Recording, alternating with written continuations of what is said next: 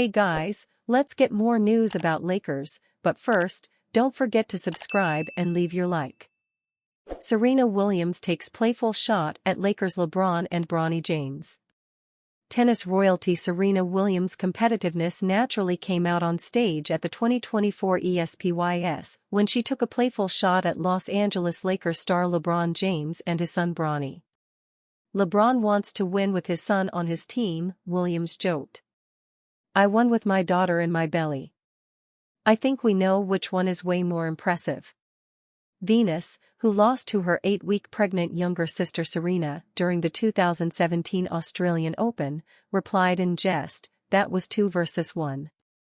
It wasn't fair." During her opening monologue at the ESPYS, Serena poked fun at LeBron's receding hairline to wish Bronny a long career in the NBA. Another memorable moment in sports this year was LeBron James' son Bronny. He got drafted to the Lakers where he will play with his dad. I truly hope Bronny has a long career, so long that he will see his hairline recede, then, miraculously unrecede, like Dad, Williams joked, drawing laughter from the audience. LeBron and Bronny James are set to become the first father and son duo in NBA history to play for the same team. But Bronny, selected 55th overall in the NBA draft and has become the most scrutinized second-round pick, will not be in the Lakers' regular rotation during his rookie year, according to ESPN's Adrian Wojnarowski. What the Lakers' expectations are is that he'll largely be a G League player, like almost any 19-year-old player coming into the league drafted in the second round, Wojnarowski said on SportsCenter on July 3. I think what you'll ultimately, probably see is Bronny James in the first week of the season on the court with his father in a very, I don't want to call it ceremonial, but the eyes of the world will be on that. They'll do that the first week of the season, but there's no expectation Bronny James is going to be in the Lakers' rotation. The Lakers signed Bronny to a standard second-round selection contract worth $7.9 million deal over 4 years. Bronny James has struggled offensively in his NBA Summer League debut. In 2 California Classic games, Bronny averaged 3.5 points on a dismal 33.3% shooting while dishing out 2.5 assists in 25.5 minutes. But defensively, he showed plenty of promise by posting 3.5 rebounds, 1.5 steals and 1.5 blocks. While Bronny's numbers were not as gaudy as his father's, he was a box office hit. Bronny's Summer League debut drew an average of 534,000 viewers on ESPN, per Awful Announcing. It was ESPN's largest audience ever for a non-Vegas Summer League game. In a sit-down interview with ESPN's Dave McMenamin on July 7, LeBron revealed that, unlike him, his son does not care about other people's opinions about him. I don't know if people really understand Bronny, James said. He doesn't care about criticism. I actually care a little bit. When I came in, as a rookie, I wanted people to like me, and some of the things that people were saying about me kind of bothered me early on in my career. He doesn't give a explicit. Bronny projected that self-assuring confidence while grateful to have realized his NBA dream during his introductory presser. He does not care about nobody, James continued. He doesn't even listen to that stuff. He's like the coolest. He's like the complete opposite of his dad. His dad will say something to address the critics. Bro does not care. Everything that's being said about him, he really does not care. Bronny has the spotlight on him like his father had when he entered the NBA in 2003. But the circumstances are different. LeBron was a teenage prodigy who exceeded expectations to put himself in the GOAT, greatest of all time, conversations. Bronny, on the other hand, is getting scrutinized for getting drafted despite a lackluster one-and-done season at USC. JJ Redick reveals why AD didn't get his all-defensive team vote. It was an awkward turn of events when JJ Redick became the Lakers' head coach after he left Davis off his 10-player media ballot for the 2024 NBA All-Defense Awards. Davis had one of his best defensive seasons to date in 2023-24, averaging 12.6 rebounds, 2.3 blocks, and 1.2 steals per game during the regular season. But the Lakers' poor defensive performance as a whole was the reason Redick left Davis off his ballot, he recently explained. "There's a big difference in being a top 10 defender and making an all-defense team," Redick said on SiriusXM NBA radio. "There's a distinction between the two.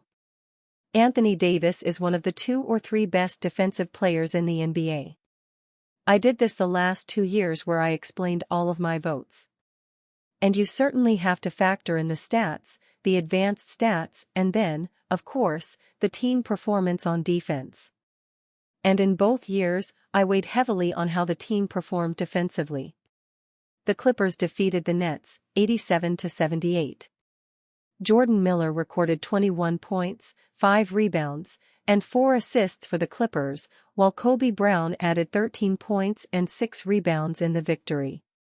Keon Johnson led all scorers with 27 points and 6 rebounds for the Nets in the losing effort. The Clippers improved to 2-0 in the NBA 2K25 Summer League, while the Nets fall to 1-1. Despite Redick not voting him in, Davis was named to the All-Defensive First Team, after getting 151 voting points out of a possible 198. The big man also was 4th in voting for NBA Defensive Player of the Year, behind Bam Adebayo in 3rd, Victor Wembanyama in 2nd and Rudy Gobert in 1st place. Redick thinks that AD is at a level where he can take out DPOY honors. "I thought Anthony was in fantastic shape this year, and to me, he personally had a really good defensive season," he told NBA.com recently.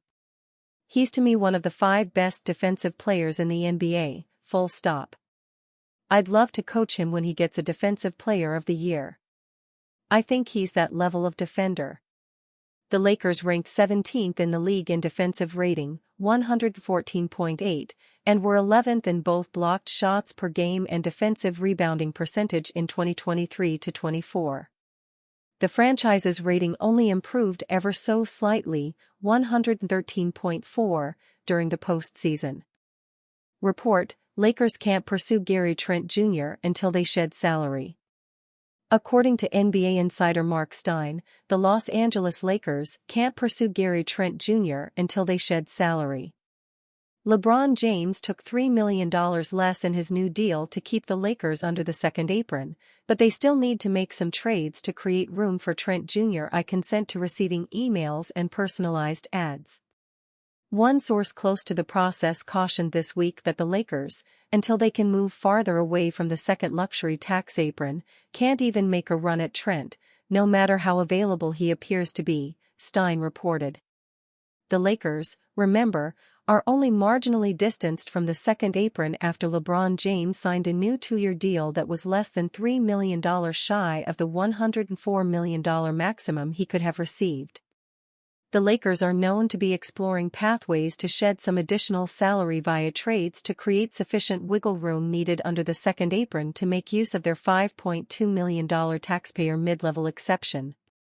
Yet even those kinds of moves likely require some form of second-round draft capital attached, and taking in a player via sign-and trade, as a first-apron team, is not permitted under the league's new rules.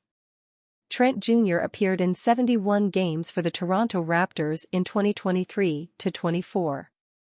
He averaged 13.7 points, 2.6 rebounds, 1.7 assists, 1.1 steals, and 0.1 blocks while shooting 42.6% from the field, 39.3% from beyond the arc, and 77.1% from the free throw line.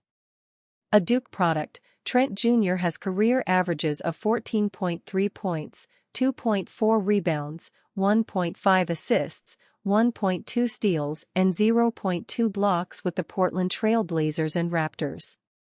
He was the 37th overall pick in the 2018 NBA Draft.